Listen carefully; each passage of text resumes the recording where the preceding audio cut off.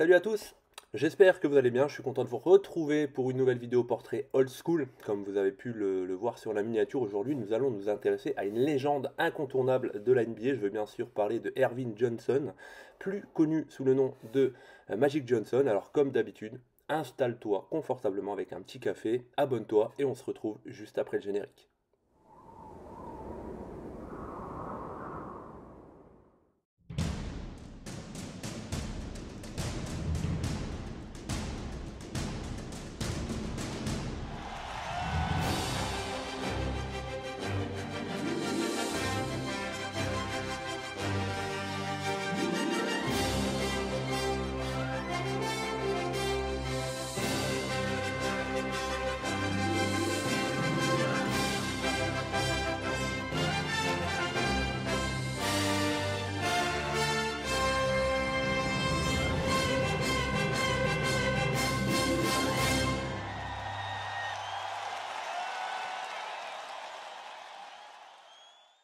Alors, Ervin Johnson est né dans le Michigan à Lansing, capitale de l'État se situant à 1h30 de Chicago. Il est le fils d'Ervin Johnson Senior et de Christine, donc il compte un demi-frère et deux demi-sœurs, Michael, Lois et Mary, enfants issus d'un précédent mariage de Ervin Johnson Senior, et 7 frères et sœurs, Quincy, Larry, Phil, Kim et des jumelles Evelyn et Yvonne, Ervin étant le quatrième de ceux-ci. C'est au sein de cette famille qu'il apprend les vertus du travail. Son père travaille dans une usine de General Motors et occupe en parallèle un deuxième emploi pour offrir à sa famille une vie dans une maison modeste de 3 chambres. Sa mère, sur laquelle repose déjà la responsabilité de l'éducation de ses enfants, est employée comme gardienne d'école. Donc très jeune, il doit participer aux charges de la famille. Dès l'âge de 10 ans, il travaille pour gagner son propre argent. Donc le basket, la pratique du basket est également influencée par sa famille. En effet, Ervin Johnson Senior a été basketteur en high school et sa mère a également pratiqué ce sport, tout comme ses frères aînés. Alors Ervin Johnson et son père regardent souvent le match NBA le dimanche, le père expliquant à son fils les principes du basket comme le pick and roll ou les différentes options de défense. Cette éducation a lieu également sur les terrains où tous les deux jouent fréquemment l'un contre l'autre, le père n'hésitant même pas à jouer d'ailleurs dur vis-à-vis de son fils, ce qui forge encore plus le caractère de ce dernier et le convainc de ne pas attendre les sifflets des arbitres pour aller au contact. Donc il passe beaucoup de temps également à pratiquer certains exercices, notamment ceux consistant à apprendre à dribbler des deux mains ou à réussir des lay-ups toujours des deux mains. Bien qu'il ait de très fortes chances d'intégrer l'équipe avec un mode de sélection habituel, cette dextérité est finalement un avantage lors des sélections pour intégrer l'équipe des 7th grade. Donc l'entraîneur demande à l'ensemble des joueurs de dribbler et de tirer avec la main faible. Avec l'équipe de Dwight Rich Jr. Height, donc il remporte les 2 titres de champion de Lansing. Ervin Johnson rejoint donc la Everett High School, bien que la Sexton High School, école fréquentée par une majorité d'Afro-Américains, soit plus proche de son domicile. Ceci est lié à la politique d'intégration qui a lieu à cette époque. Donc il connaît des problèmes d'adaptation évidemment dans cette école de blanc entre guillemets. Bien qu'il soit intégré dans l'équipe de l'école, la majorité des joueurs n'acceptent pas sa présence. Finalement, après avoir envisagé de quitter celle-ci, il demeure au sein de l'équipe, la faisant passer d'une équipe médiocre à une équipe victorieuse. C'est au sein de cette école que le surnom de Magic lui est octroyé. Fred Sablé Jr., journaliste du Lansing State Journal, propose à Ervin Johnson de le nommer ainsi, après un match où il termine avec 36 points, 18 rebonds et 16 passes décisives. Et ce n'est finalement que lors d'une nouvelle bonne prestation que Johnson qu'il utilisera pour la première fois ce surnom. Ervin Johnson obtient donc sa première récompense individuelle avec un titre de Michigan Spree Player of the Year décerné par le United Press International. Lors de sa dernière année à Everett, il termine avec des moyennes de 28,8 points et 16,8 rebonds. Il conduit donc son équipe au titre de champion de l'État à la suite d'une victoire après prolongation face à Birmingham Brother Rice avec 34 points et 14 rebonds. Durant l'été, il fait partie d'une sélection des meilleurs joueurs de lycée qui se rend en Europe pour disputer le tournoi de Mannheim. Lors de celui-ci, la sélection américaine inflige de lourdes défaites face à des sélections juniors, donc les écarts sont respectivement de 53 points, 72 points, 56, 64 et 52 points contre respectivement l'Espagne, la France, l'Italie, la Belgique et la Tchécoslovaquie. En demi-finale, il s'impose 146 à 47 avec un écart de 99 points contre l'Allemagne de l'Ouest. En finale, donc les Américains s'imposent avec une différence de 27 points. Alors, durant ses années universitaires, Magic Johnson, courtisé par de nombreuses écoles, son choix se fait entre deux universités du Michigan, l'université du Michigan et l'université d'État du Michigan. Ses amis et son père, qui a toujours supporté l'équipe, lui conseillent de rejoindre les Spartans de l'université d'État, le club de son cœur. Toutefois, ce sont les rencontres avec Judd Hitchcock, entraîneur en chef des Spartans, et Vernon Payne, son assistant, qui lui permettent de prendre sa décision. L'assurance faite par Hitchcock de le faire évoluer au poste de meneur, comme il le désire, est décisive dans son choix de jouer pour l'université d'État. Surtout que celle-ci reste sur une saison conclue avec un maigre bilan de 10 victoires pour 17 défaites. Lors de la première saison de Magic Johnson, son équipe n'est pas citée parmi les favoris au départ de la saison.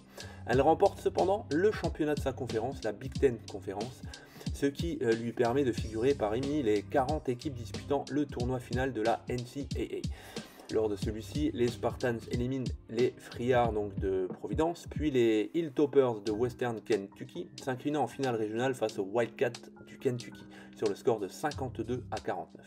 Magic Johnson étant limité à 6 points, 4 rebonds et 5 passes décisives en raison notamment d'une défense de zone mise en place par Kentucky pour l'empêcher de pénétrer. Donc il s'interroge après sur la possibilité de rejoindre la NBA. C'est ainsi qu'il rencontre Joe Axelson, le manager général de Kansas City, franchise qui possède le choix numéro 2 pour la prochaine draft. Mais la faible performance de Magic Johnson lors du tournoi final de NCAA et les difficultés financières de la franchise empêchent Axelson de proposer à Magic Johnson le contrat que ce dernier attend. De plus, en lui proposant 250 000 $ par an, Axelson viole alors les règles de recrutement pour une franchise de NBA vis-à-vis d'un joueur universitaire. Finalement, Magic Johnson décide de poursuivre sa carrière universitaire. Peu après, Magic Johnson dispute le World Invitational Tournament, tournoi opposant une équipe de joueurs universitaires aux équipes de Cuba, du RSS et de Yougoslavie. Dans cette sélection figure aussi Larry Bird, mais durant ce tournoi, leurs échanges sont très limités. Cette équipe présente la particularité de n'avoir inclus aucun des deux dans le 5 de départ. Lors de la saison 78-79, les Spartans connaissent un bon début de saison, mais après une défaite contre l'Illinois, ils connaissent une période difficile avec 3 autres défaites sur les 5 rencontres suivantes, ce qui donne alors un bilan de 4 victoires et 4 défaites pour les rencontres les opposant aux autres équipes de la même conférence. Les Spartans remportent de nouveau la phase régulière de celle-ci avec 13 victoires et 5 défaites et terminent avec un bilan de 22 victoires pour 6 défaites sur la saison complète.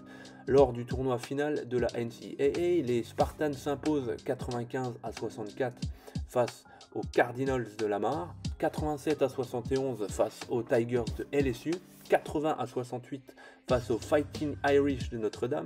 Qualifiés pour le Final Four pour la première fois depuis 1957, les Spartans éliminent les Quakers de Penn en s'imposant 101 à 67 pour atteindre la finale nationale où ils sont opposés aux Sycamores d'Indiana State de Larry Bird, qui sont invaincus sur la saison qui plus est. Donc les Spartans s'imposent finalement sur le score de 75 à 64 lors du match qui connaît la plus forte audience de l'histoire du basketball américain. Durant ce tournoi, il réalise 2 triples-doubles, 13 points, 17 rebonds et 10 passes décisives lors de la victoire face à Lamar lors du premier tour, et 29 points, 10 rebonds et 10 passes décisives lors de la demi-finale contre Pennsylvanie. Lors de la finale, Johnson inscrit quand même 24 points, capte 7 rebonds et délivre 5 passes décisives. Il est désigné meilleur joueur du tournoi NCAA de cette saison.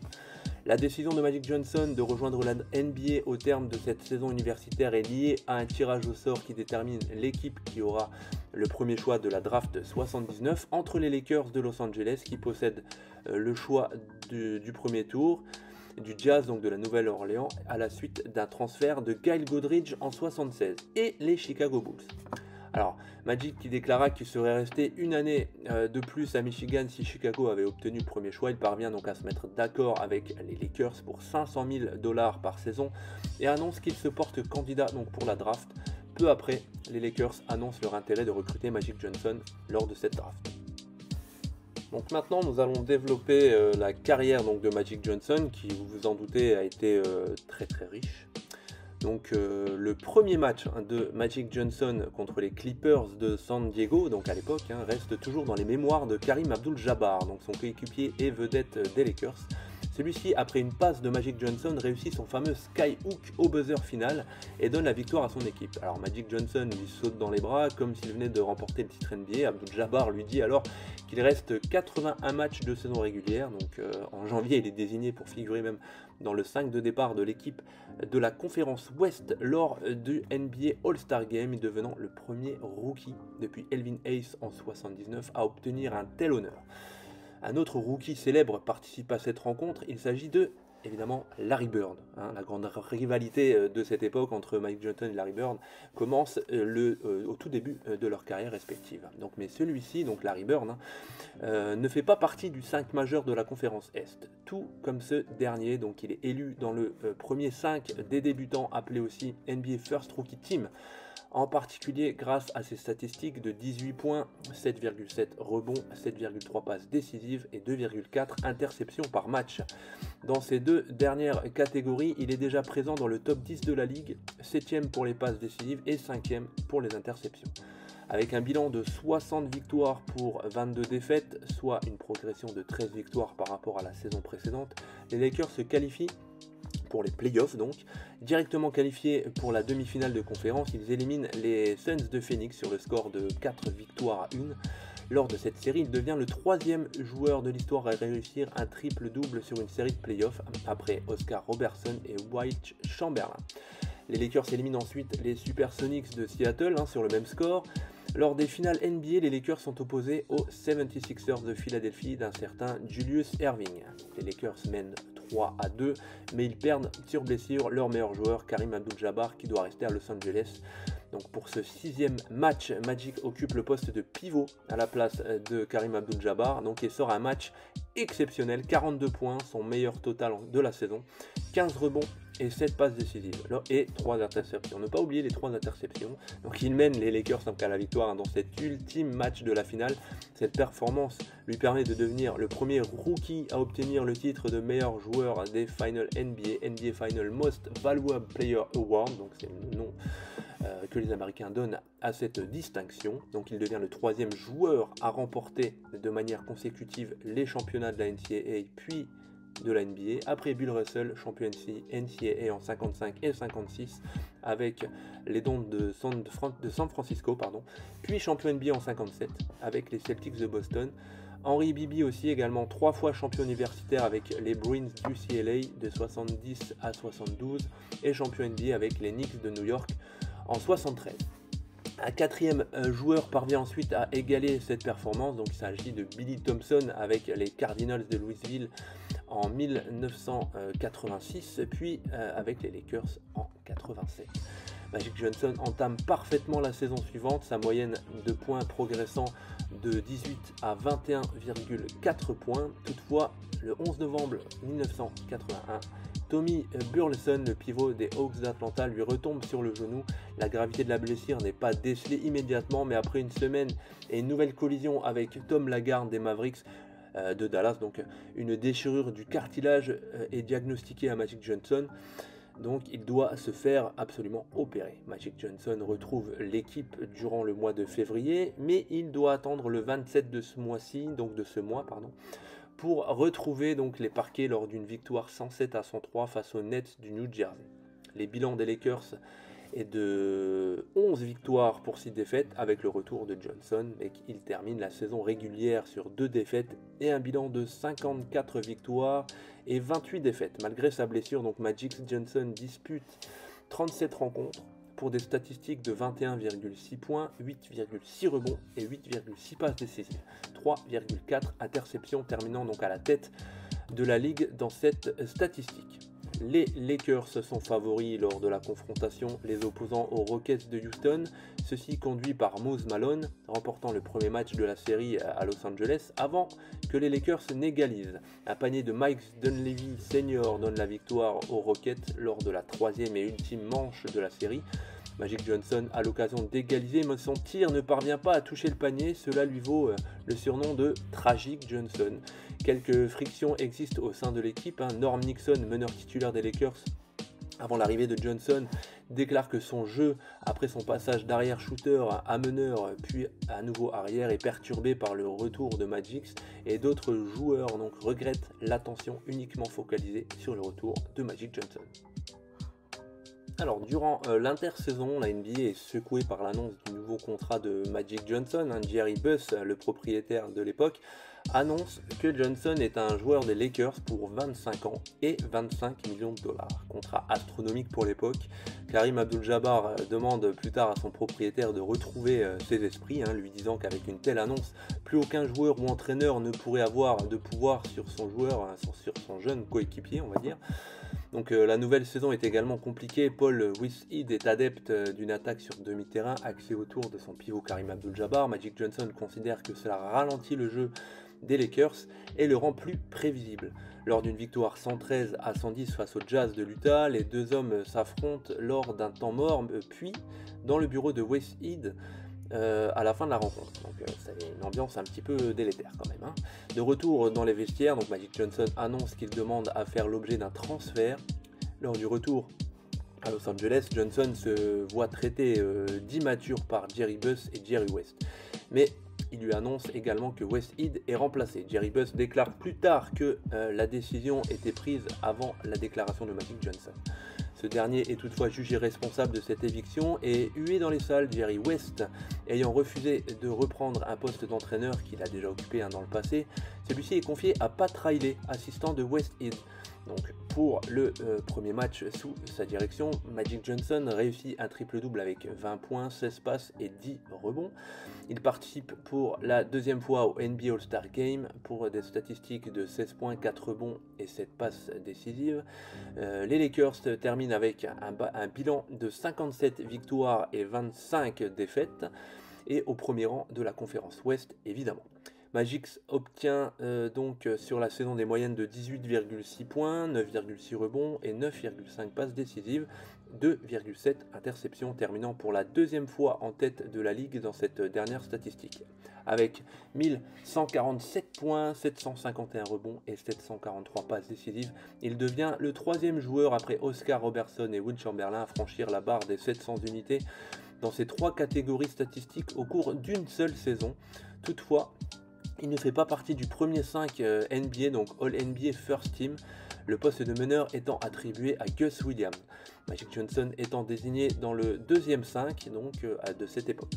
Exempté donc de premier tour de play-off en raison de la première place à l'ouest, la franchise des Lakers élimine sur un sweep les Suns de Phoenix, série où Magic Johnson réussit un triple-double de moyenne avec 20 points, 11,8 rebonds, 10,8 passes décisives et 3 matchs sur les 4 en triple-double.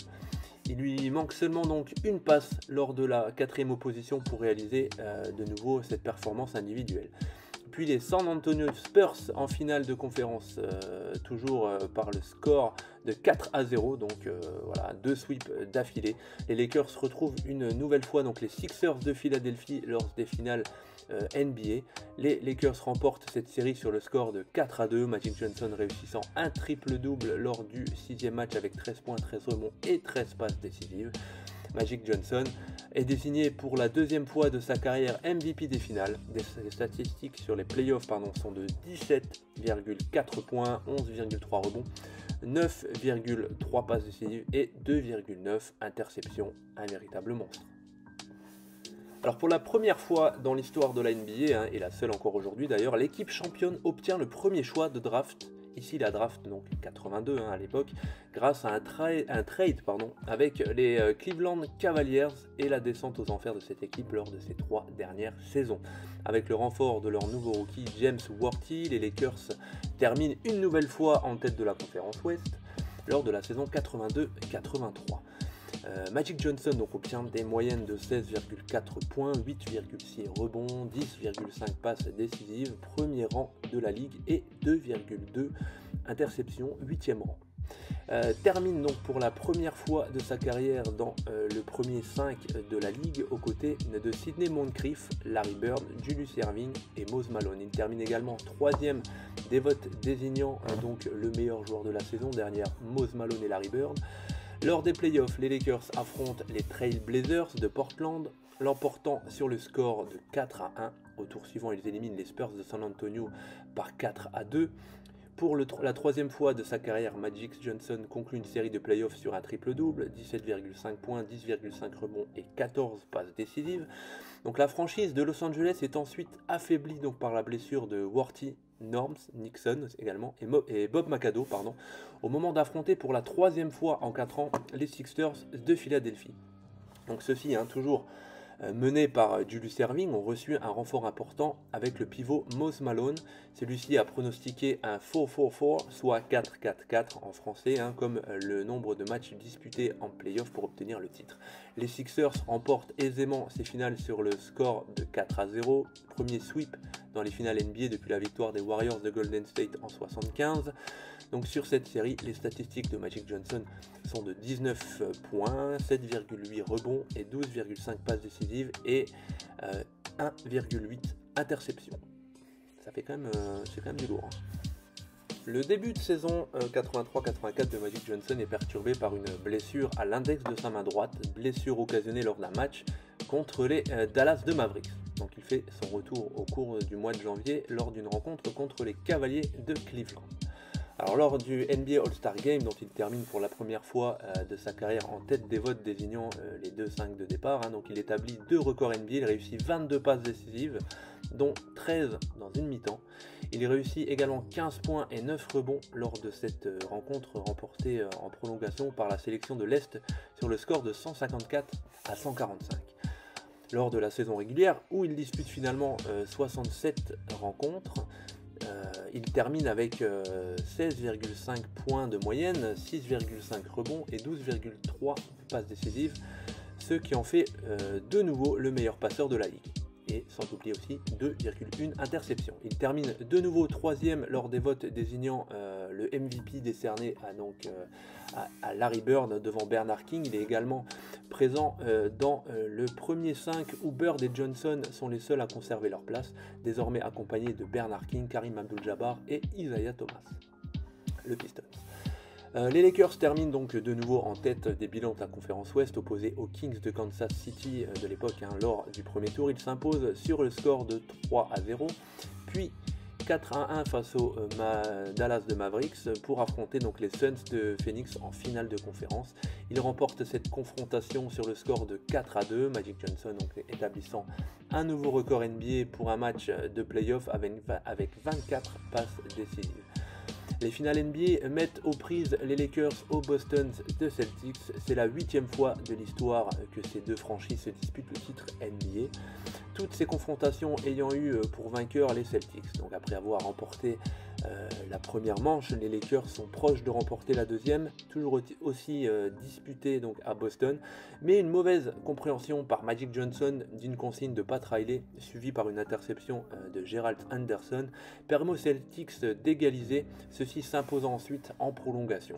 Les Lakers s'imposent ensuite 137-104 lors d'une rencontre où Magic Johnson réussit un nouveau record NBA pour le nombre de passes décisives, réussi dans un match de finale NBA avec 21 passes, ajoutant également 14 points et 11 rebonds pour réaliser un triple-double.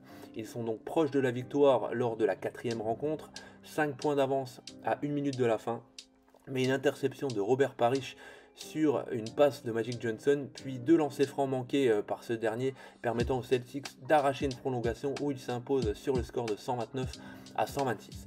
Johnson réussit donc lors de cette rencontre son 2e triple-double de la série avec 20 points, 11 rebonds et 17 passes décisives. C'est donc le 2e joueur après Wilt Chamberlain à réaliser 2 triples-doubles de manière consécutive dans une série de finales NBA.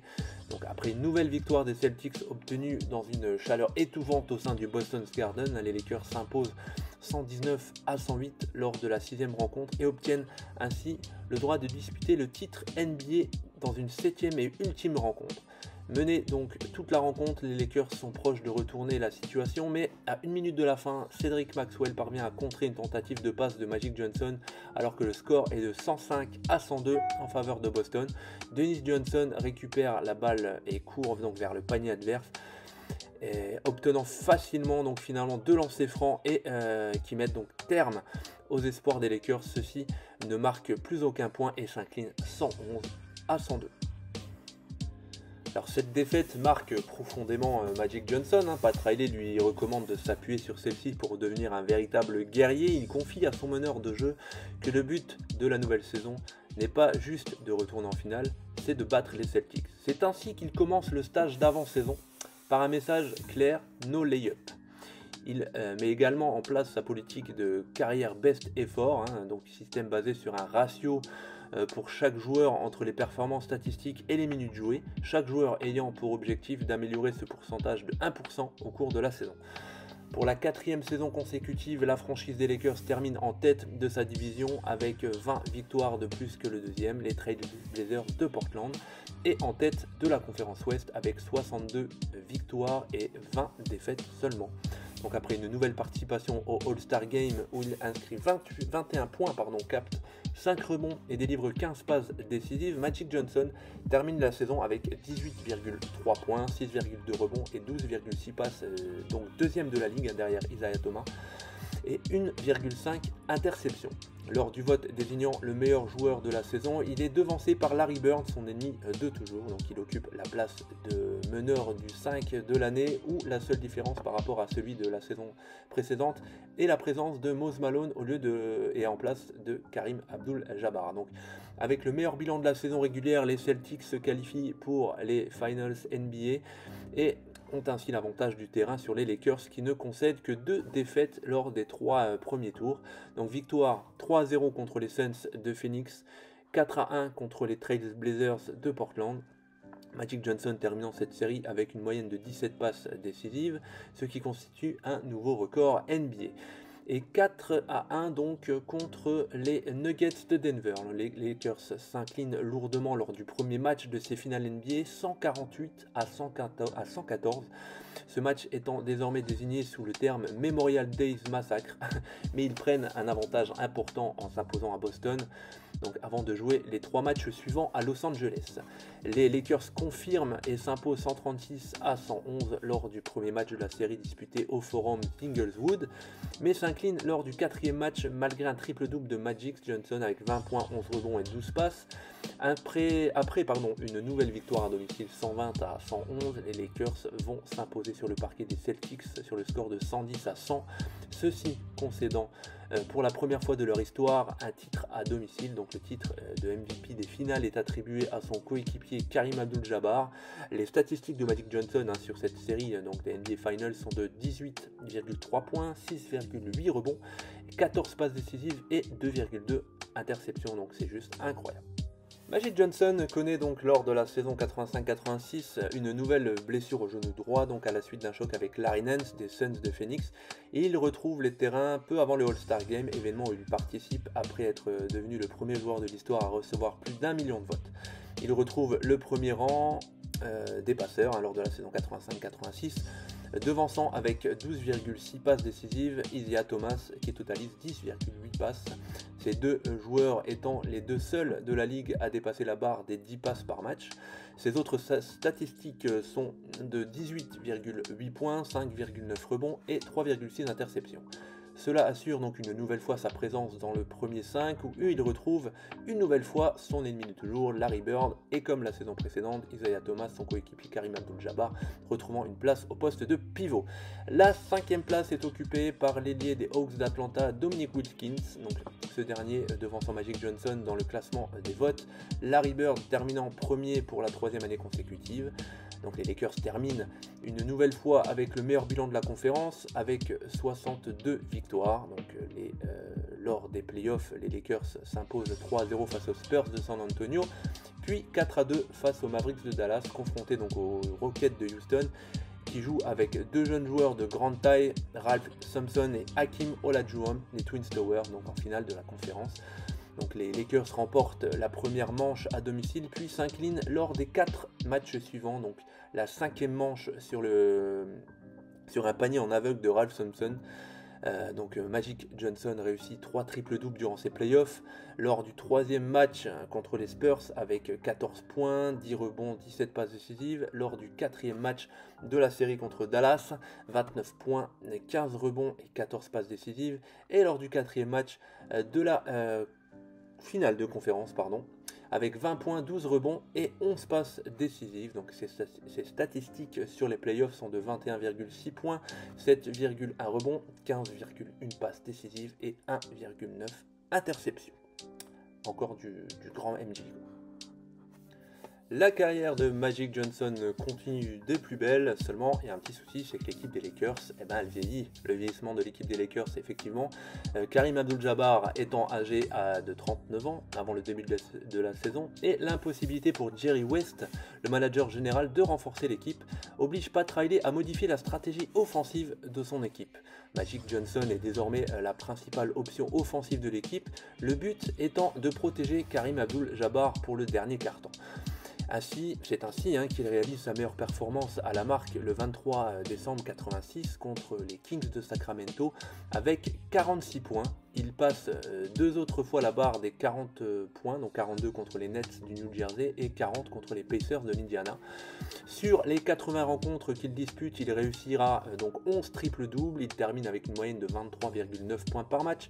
Meilleur marqueur des Lakers et terminant donc pour la première fois de sa carrière dans le top 10 des marqueurs de la ligue, ajoutant également donc 6,3 rebonds et 12,2 passes décisives qui le place de nouveau au premier rang de la ligue et donc 1,7 interceptions. Il remporte son premier titre de MVP, meilleur joueur de la saison, devant Michael Jordan et Larry Bird. Il obtient 733 points, dont 65 premières places sur les 78 possibles. Il devient ainsi le troisième meneur NBA à recevoir cet honneur après Bob Cousy en 57 et Oscar Robertson en 64. Magic Johnson, Jordan et Bird sont présents dans le premier 5 de la ligue, les deux autres joueurs étant Kevin McHale et Hakeem Olajuwon. Après 65 victoires et 17 défaites, les Lakers terminent avec le meilleur bilan de la ligue. Donc lors du premier tour, ils éliminent les Nuggets de Denver sur le score de 3-0, puis les Warriors de Golden State sur le score de 4-1. Et réalise de nouveau donc une série sans défaite, donc un sweep en finale de conférence face aux Mavericks de Dallas. Donc dans la conférence Est, les Celtics, après une victoire 3-0 face aux Bulls de Chicago, doivent jouer 7 rencontres dans les deux séries suivantes face aux Bucks de Milwaukee puis aux Pistons de Détroit. Pour conserver son équipe concentrée en attendant la révélation de son adversaire pour les finales, Pat Riley contraint à son équipe à un mini-stage d'entraînement à Santa Barbara. Donc le premier match des Finals voit les Lakers s'imposer sur le score de 126-113, Magic Johnson ajoutant 29 points, 13 passes et 8 rebonds, sans aucune perte de balle s'il vous plaît. Aux 33 points de James Worthy, donc lors du match suivant, Magic Johnson réussit 22 points, 20 passes, les Lakers s'imposant 141-122. Malgré 32 points, 11 rebonds et 9 passes décisives de son meneur, la franchise de Los Angeles s'incline 109-103 lors du premier match de la série disputée à Boston. Lors du match suivant, les Lakers menés de 16 points dans le troisième quart-temps parviennent à prendre la tête, mais un panier à 3 points de Larry Bird redonne un avantage de 2 points aux Celtics. Abdul-Jabbar réussit alors à lancer franc, mais manque le second, le ballon revenant ensuite aux Lakers grâce à un effort de Mychal Thompson. Il reste 7 secondes lorsque Michael Cooper transmet le ballon sur la remise en jeu à Magic Johnson. Celui-ci part du côté du terrain vers la tête de la raquette où il déclenche un skyhook, bras roulé par-dessus, donc un trio composé de Mike Hall, Robert Parrish et Larry Bird donnant l'avantage aux Lakers. À 2 secondes du terme, les Celtics s'inclinent donc 107-106. Malgré un dernier tir de Bird, les Celtics, désireux donc de ne pas laisser les Lakers remporter le titre à Boston, remportent le match suivant sur le score de 123-108. Bien que menant de 6 points à la mi-temps, donc du 6e match disputé à Los Angeles, ils doivent s'incliner devant les 32 points et 4 contres de Abdul-Jabbar, 22 points de James Worthy et les 16 points, 8 rebonds et 19 passes décisives de Magic Johnson. Donc celui-ci, sur la série, est désigné pour la 3e fois de sa carrière MVP des finales, devenant le premier joueur à recevoir 3 fois ce trophée. Il est également le 5e joueur à obtenir les titres de meilleur joueur de la saison et de meilleur joueur des finales lors de la même saison après Willie Reed en 70, Karim Abdul-Jabbar en 71 et Mose Malone en 83 et Larry Bird en 84 et 86. Alors, Pat Riley, qui considère qu'il dirige la meilleure équipe de l'histoire, garantit alors que les Lakers vont réaliser le back-to-back, c'est-à-dire remporter un deuxième titre consécutif, ce que nulle équipe n'a réussi à faire depuis le doublé des Celtics de Boston en 68 et 69. Le but de Riley, conserver la motivation de ses joueurs et les mettre en face d'un nouveau défi, donc, est partiellement rempli. Donc les Lakers commencent la saison par une série de 8 victoires, puis réalisent plus tard dans la saison une série de 15 victoires consécutives. Par contre, ça s'avère insuffisant pour motiver Magic Johnson, dont les statistiques sont en baisse. De plus, ce dernier se blesse en mars contre les Bulls de Michael Jordan, ce qui lui fait manquer 10 rencontres. Donc les Lakers terminent en tête tout de même de la ligue avec 62 victoires, Magic Johnson terminant la saison avec des statistiques de 19,6 points, 6,2 rebonds et 11,9 passes décisives, étant devancé dans cette statistique par John Stockton avec 13,8 passes. Il figure de nouveau dans le premier 5 où Charles Barkley remplaçant Mac Hall est le nouveau joueur par rapport à la saison précédente. Donc il figure une nouvelle fois dans le trio de tête des votes désignant le titre de meilleur joueur, trophée remporté par Michael Jordan devant Larry Bird. Après donc le premier tour facile face aux Suns de San Antonio remporté sur le score de 3-0, les Lakers doivent jouer une 7e manche pour éliminer le Jazz de Utah, tout comme en finale de conférence face aux Mavericks de Dallas. Donc les Celtics, après 4 finales consécutives, sont éliminés en finale de conférence sur le score de 4-2 par les Pistons de Détroit, dont la vedette est Isaiah Thomas évidemment. Cette franchise s'impose sur le parquet des Lakers lors de la première rencontre 105-93, les Lakers s'inclinant pour la première fois depuis 1981 lors d'une première rencontre disputée à domicile lors d'une série de playoffs. Bien qu'affaibli par une grippe, Magic Johnson dispute la rencontre suivante, inscrivant 23 points. Les Lakers préservent leur chance en s'imposant 108-96, égalisant ainsi avant de se rendre à Détroit pour disputer 3 rencontres. Lors de la première de celle-ci, les Lakers récupèrent l'avantage du terrain en s'imposant 99-86 avec 18 points, 6 rebonds et 14 passes de Magic Johnson. Toujours à diminuer, donc l'entraîneur des Pistons, Chuck Daly, décide alors de forcer Magic Johnson à défendre lors de la 4e rencontre, cette stratégie s'avérant payante. Le meneur des Lakers est relégué sur le banc très tôt dans la 2e mi-temps en raison des fautes, et les Pistons prennent un avantage substantiel durant son absence pour finalement s'imposer sur un score de 111-86.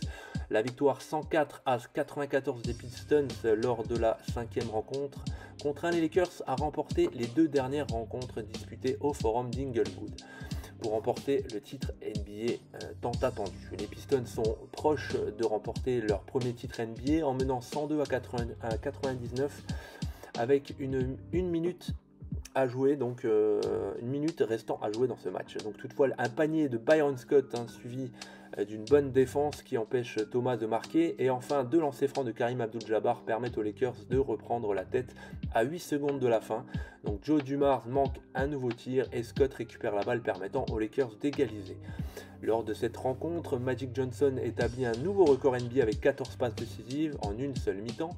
Lors de la dernière manche, les Lakers mènent 95-75 dans le dernier quart, 90 à 75 dans le dernier quart-temps, avant que les Pistons ne parviennent à revenir pour porter le score à 106-105 en faveur des Lakers, donc à 6 secondes de la fin. AC Green inscrit ensuite un lay-up, puis Thomas ne peut prendre le dernier tir et les Lakers s'imposent sur le score final de 108-105. Le titre de MVP des finales est attribué à James Worthy qui réalise un triple-double lors de cette ultime manche. Les statistiques de Magic Johnson donc sur la série sont de 21,1 points, 5,7 rebonds, 13 passes décisives et 2 interceptions en un peu plus de 41 minutes de jeu. Alors, Magic Johnson est absent du All-Star Game suivant en raison d'une blessure aux déchirures donc partielle des ischio-jambiers de la cuisse gauche, et il est remplacé au sein de la sélection de l'Ouest par son coéquipier Karim Abdul-Jabbar.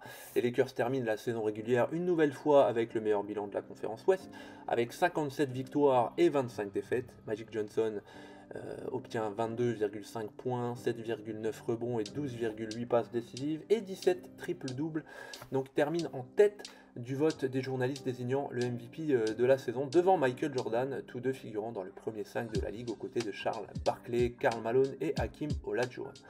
Magic Johnson a également modifié donc son jeu pour tirer plus souvent à 3 points, donc avec un 59 sur 188 sur l'ensemble de la saison pour un pourcentage de 31,9%, donc son pourcentage au lancer franc est de 91,1%, lui permettant de terminer en tête de la ligue dans cette statistique. Les Lakers entament ces playoffs par 3 sweeps face aux Blazers, face aux Supersonics et aux Suns de Phoenix, ce qu'aucune franchise NBA n'avait jusqu'alors réussi dans l'histoire de la NBA.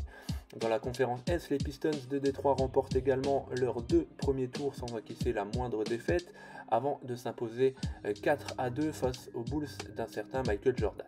Les Lakers doivent faire face à l'absence de Byron Scott, blessé à une cuisse peu avant le début de la saison de la série des finals.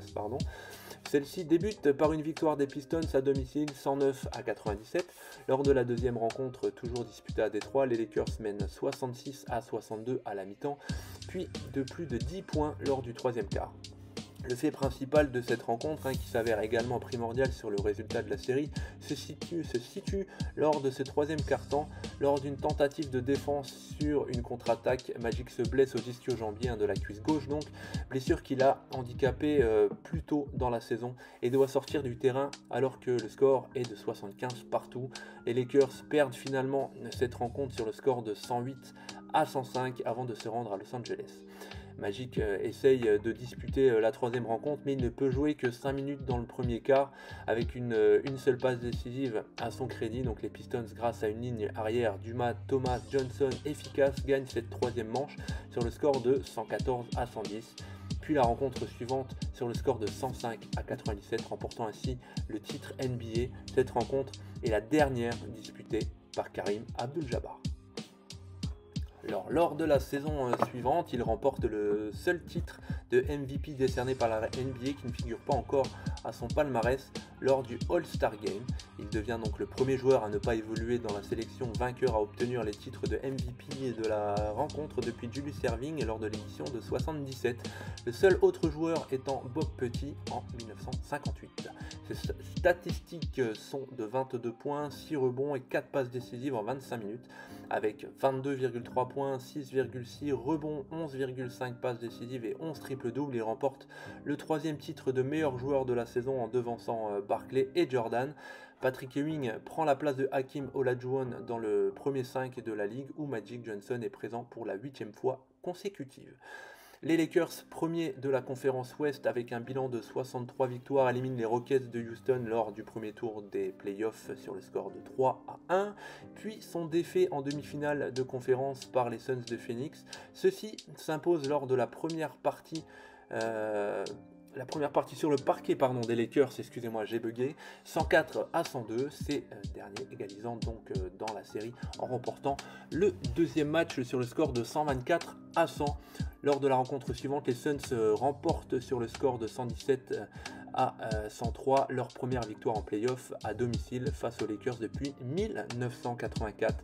Magic Johnson inscrivant 22 points avec également 16 passes D et 7 rebonds. Donc les Suns augmentent leur avantage en s'imposant de nouveau à Phoenix 114-101 malgré 43 points de Magic Johnson qui établit son record de points en carrière pour un match de playoff.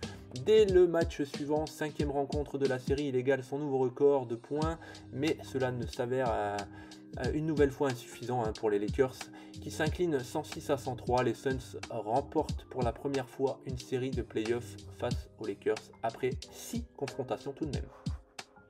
Alors, lors de la saison régulière 90-91, il devient le 40e joueur de l'histoire de l'NBA à franchir la barre des 16 000 points lors d'une rencontre contre Minnesota où il inscrit 21 points.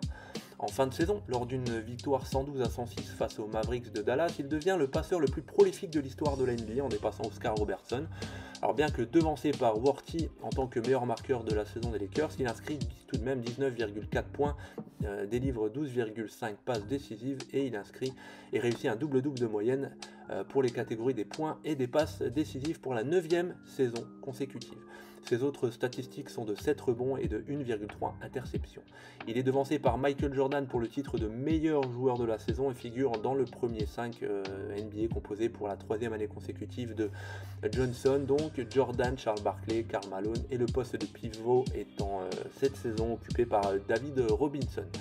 Après 9 saisons terminées en tête de la division Pacifique et de la conférence Ouest, les Lakers sont devancés par les Trail Blazers de Portland dans leur division. Donc, ils retrouvent les finales NBA après un premier tour franchi sur le score de 3-0 face aux Rockets de Houston, puis une victoire 4-1 face aux Warriors de Golden State et enfin un titre de conférence obtenu 4-2 face aux Trail Blazers de Portland. C'est la 9e participation au final sur les 12 dernières années pour les Lakers. Leurs adversaires pour les finales pour le titre NBA et la franchise des Chicago Bulls qui n'a concédé que 2 défaites en playoff, obtenant donc le titre de la conférence Est après une victoire sur le score de 4-0 face au tenant du titre, la franchise des Pistons de Détroit. Les Bulls, qui possèdent l'avantage du terrain, perdent celui-ci dès le premier match en s'inclinant 93-91. Lors de celui-ci, Magic Johnson réalise le 29e triple-double en play-off de sa carrière avec 19 points, 11 passes et 10 rebonds. Lors de la deuxième rencontre, Jordan est gêné par des fautes tôt dans la rencontre, obligeant l'entraîneur des Bulls, Phil Jackson à l'époque, à ajuster donc sa stratégie en demandant à Scottie Pippen de défendre sur le meneur des Lakers. Cela s'avère payant sur cette rencontre, Johnson étant toujours essentiel pour son équipe avec 7 rebonds, 10 passes D et 14 points, mais avec seulement 4 tirs réussis sur 13 tentés. Les Bulls reprennent l'avantage du terrain en s'imposant de 8 points après prolongation lors du match suivant, donc remportant la rencontre suivante sur le score de 97-82 grâce à une défense limitant les Lakers à un pourcentage de réussite à 36,6%. Malgré donc un nouveau triple-double de Johnson, 16 points, 20 passes décisives et 11 rebonds, les Lakers s'inclinent pour la 3e fois de suite à domicile, donnant ainsi aux Bulls l'occasion de remporter leur premier titre NBA. Les Lakers se préparent la saison 91-92 en participant à Paris à l'Open McDonald's opposé au CSP Limoges contre qui il s'impose 132-101, puis à Juventud Badalona, sur laquelle il remporte une victoire difficile sur le score de 116-114. Les Lakers remportent finalement ce tournoi, Magic Johnson étant désigné MVP de celui-ci. Peu après, il se livre à un examen médical de routine qui révèle qu'il a contracté le VIH. Donc, alors que la saison régulière doit débuter dans une semaine, il demande un test de confirmation, puis un troisième. Les Lakers annoncent que Magic Johnson souffre d'un virus pour expliquer son absence lors des premiers matchs. Donc cet état étant finalement confirmé, il annonce la nouvelle le 7 novembre dans un premier temps à un groupe d'amis donc composé de Larry Bird, Isaiah Thomas, Michael Jordan et Pat Riley, puis aux membres de l'équipe. Donc suit une conférence de presse où il annonce qu'il doit se retirer. Alors bien qu'il ne soit plus un joueur de la NBA, les fans le choisissent pour figurer dans le 5 de départ de la sélection de l'Ouest lors du NBA All-Star Game 92 disputé à Orlando. Cette sélection fait polémique et certains comme Karl Malone ou Mark Price critiquent cette décision. Tim Hardaway, qui doit former la base arrière de la sélection de l'Ouest avec Clyde Drexler, déclare laisser sa place à Magic dans le 5 majeur et David Stern donne à Magic l'autorisation de participer. Cette rencontre n'est pas uniquement remarquable par la présence de Magic Johnson, elle voit également s'affronter 12 joueurs élus dans les 50 joueurs du cinquantenaire de la NBA en 97. Magic Johnson, dont certains joueurs critiquent la présence, évolue à un niveau plus élevé et joue plus longtemps que beaucoup le prédisaient. Donc ainsi Phil Jackson, entraîneur des Bulls de Chicago et de la sélection de l'Est, pense que Magic est capable de jouer seulement 8 minutes. Finalement il jouera 29 minutes ce jour-là pour des statistiques de 25 points, 5 rebonds, 9 passes décisives, se révélant être un élément majeur donc de la nette victoire de sa conférence. Il termine la rencontre par 2 actions défensives en 1 contre 1 face à Isaiah Thomas, puis face à Michael Jordan, les empêchant de marquer. En attaque, pour la dernière action du match, et malgré la défense de Thomas, il réussit un panier à 3 points. Celui-ci est le dernier tir du match. La sélection de l'Est ne pouvant plus revenir au score, tous les joueurs se regroupant à le retour de Magic Johnson pour le féliciter. Ce dernier, donc meilleur marqueur, meilleur passeur de la rencontre, est naturellement désigné meilleur joueur de la rencontre. Avant l'annonce de sa séropositivité, il est sélectionné en septembre 91 parmi les 10 joueurs retenus pour défendre les couleurs américaines au sein de la Dream Team lors des Jeux Olympiques de Barcelone en 92. Donc il s'avère également essentiel pour convaincre Michael Jordan et Larry Bird de faire partie de cette équipe. Sa présence donc est critiquée par certains. L'Australie, et en particulier le pivot Ray Borner, donc déclare ne pas vouloir rencontrer la sélection américaine si Magic fait partie de l'effectif. Des doutes anonymes proviennent également de l'effectif même de la Dream Team. Toutefois, ni le comité de sélection ni les médecins ne lui interdisent de jouer. Donc cette sélection également composée de Michael Jordan et Scottie Pippen des Bulls de Chicago, Karl Malone et John Stockton du Jazz, Charles Barkley des Sixers de Philadelphie, Larry Bird des Celtics, Patrick Ewing des Knicks, Chris Mullins des Warriors, David Robinson des Spurs, Clyde Drexler des Blazers, Christian Laettner, champion NCAA avec les Blue Devils de Duke, remporte tout d'abord le tournoi des Amériques avec 6 victoires en 6 rencontres avant de se rendre en Europe pour disputer les Jeux Olympiques. Donc durant cette compétition, il inscrit 9,7 points de moyenne et délivre 54 passes décisives au total, terminant meilleur passeur de l'équipe. Magic Johnson est l'attraction principale de la cérémonie d'ouverture. Comme attendu, la sélection américaine domine la compétition, remportant l'ensemble de ses rencontres avec un écart moyen de 43,8 points. La domination est telle que l'entraîneur Chuck Daly se permet même le luxe de ne prendre aucun temps mort sur l'ensemble du tournoi olympique. Les statistiques de Magic Johnson sont de 8 points, 2,3 rebonds de moyenne et 33 passes décisives et 8 interceptions sur la compétition. Alors Magic Johnson a l'intention de rejouer en NBA lors de la saison 92-93, toutefois il n'exclut pas la possibilité que cela ne soit pas au sein des Lakers, bien qu'il soit toujours sous contrat avec la franchise. Peu après l'annonce de son retour, les Lakers annoncent qu'ils viennent de signer une extension de son contrat pour une saison en 94 et 95 pour un montant de 14,6 millions de dollars. Toutefois cette annonce est controversée. Karl Malone soulève le problème du risque posé par la présence de Magic. Inquiétude partagée par beaucoup de joueurs selon lui. Gerald Wilkins, joueur des Cavaliers de Cleveland, estime que tous les joueurs sont effrayés, mais qu'en raison de la notoriété de Magic, la plupart se taisent. C'est finalement après un match à Chapel Hill que Magic Johnson décide de renoncer à son retour. Alors lors de celui-ci, il se coupe et malgré son bandage, il se rend compte de la crainte de ce que la crainte de sa blessure procure. Donc en 94, les Lakers présentent un bilan de 27 victoires et 37 défaites lorsque le propriétaire Jerry Buss demande à Magic Johnson de prendre la direction de l'équipe à la place de Randy Pfund, donc poste qui devient effectif après un intérim de 2 matchs effectué par Bill Berkta. Le nouvel entraîneur des Lakers est surpris de l'attitude des joueurs à sa prise de fonction, donc aucun n'est présent lorsqu'il se présente 1h30 avant l'heure du début de l'entraînement. Après des débuts réussis, 5 victoires et 1 défaite lors des 6 premières rencontres, son équipe termine la saison par 10 défaites. Lors du dernier entraînement de la saison, il forme une équipe composée de ses 2 joueurs les plus âgés, Kurt Rambis et James Worthy, auxquels il associe les 2 assistants Larry Drew et Michael Cooper, Magic occupant lui-même le dernier poste pour prouver la méconnaissance du jeu de ses joueurs. Il les affronte avec son équipe de vieux, les battant par 2 fois dans des matchs en 11 points. Au terme de cette saison, donc la première depuis 18 ans où les Lakers ne se qualifient pas pour les playoffs, il décide de ne pas prolonger son expérience. Alors Magic Johnson continue à jouer au basket, il constitue une équipe désignée sous le terme de Magic Johnson All-Star. Celle-ci effectue des tournées dans le monde. En 95, il fait part de son intention de rejouer en NBA. Son retour est effectif le 30 janvier 96. Lors d'une rencontre face aux Warriors des Golden State, désormais plus lourd, il évolue au poste d'ailier fort, d'autant que les Lakers possèdent un jeune meneur prometteur, un Nick Van Exel. Commençant la rencontre depuis le banc, il termine cette première partie avec des statistiques de 19 points, 10 passes décisives et 8 rebonds. Après 4 rencontres et 3 victoires des Lakers, il compte 2 double-doubles avec encore 16 points, 12 passes et 9 rebonds lors de la 4e rencontre.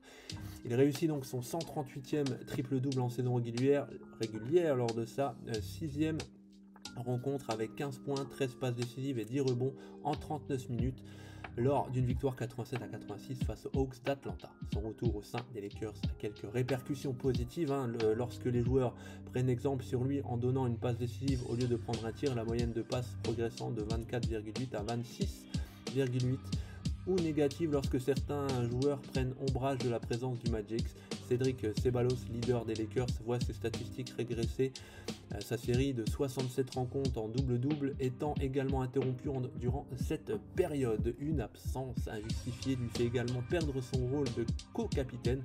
Magic Johnson doit également faire face à une blessure au mollet qui le prive de 4 rencontres. Finalement, les Lakers terminent cette saison cette deuxième de leur division avec un bilan de 53 victoires. Magic Johnson dispute 32 rencontres pour 22 victoires, réalisant 8 double-doubles et 1 triple-double.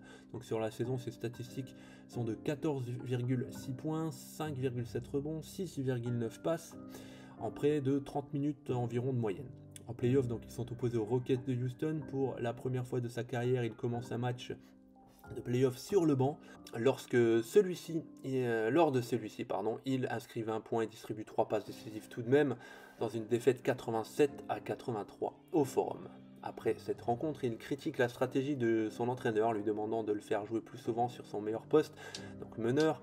Lors de la deuxième rencontre, il inscrit 26 points et délivre 5 passes décisives et capte 7 rebonds lors d'une victoire de 10 points.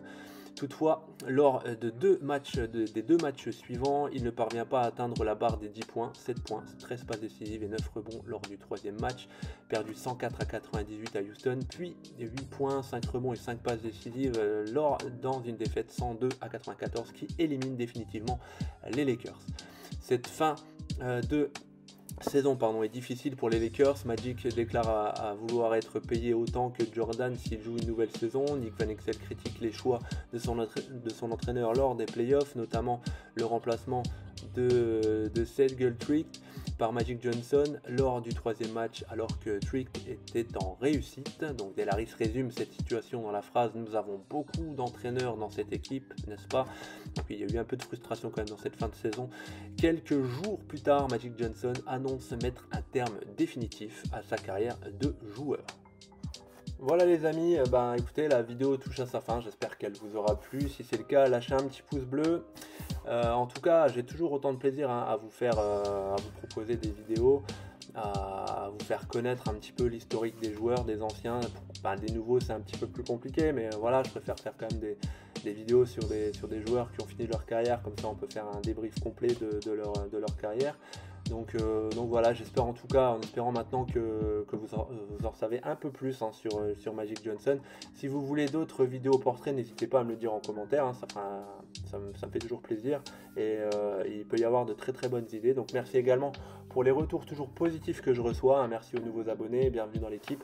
Merci aux anciens pour votre fidélité. Et moi je vous dis à très bientôt pour une prochaine vidéo. Mais juste avant ça, je voulais, suite à cette vidéo de Magic Johnson, je voulais vous présenter un bouquin. Alors voilà, il n'y a aucun sponsoring, quoi que ce soit. Donc c'est aux éditions Talent Sport.